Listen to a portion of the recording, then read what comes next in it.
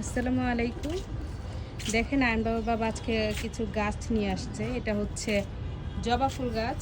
অনেক দিন মানে অনেক বছর পরে জবা ফুল গাছ দেখলাম। আমরা হচ্ছে গ্রামে সচরাচর দেখা যায়, ঢাকা শহরে তো জবা ফুল গাছ দেখাই যায় না। আর হচ্ছে যে এখানে গোলাপ গাছ নিয়ে আসছে। ওর বাবার গোলাপ গাছ খুব পছন্দ, বিশেষ করে আয়ন বাবুর খুব গোলাপ পছন্দ। এর জন্য হচ্ছে ওর বাবা 2 দিন পর পর খালি গোলাপ গাছ নিয়ে আসে। আরো কিছু গাছ নিয়ে আসছে, আমি দেখাচ্ছি। এই যে এখানে একটা লজ্জাপতি গাছ নিয়ে আসছে। দেখেন গাছটা কি সুন্দর। একটু টাচ করো। কেন? ওয়াও, কি সুন্দর। সব বলছে যায়। সব লজ্জা পাচ্ছে, তাই না? এটা হচ্ছে লজ্জাপতি গাছ। অনেক বছর পরে এই লজ্জাপতি গাছ দেখলাম। আয়ন বাবার বাবা নিয়ে আসলো একটু আগে গাছগুলো।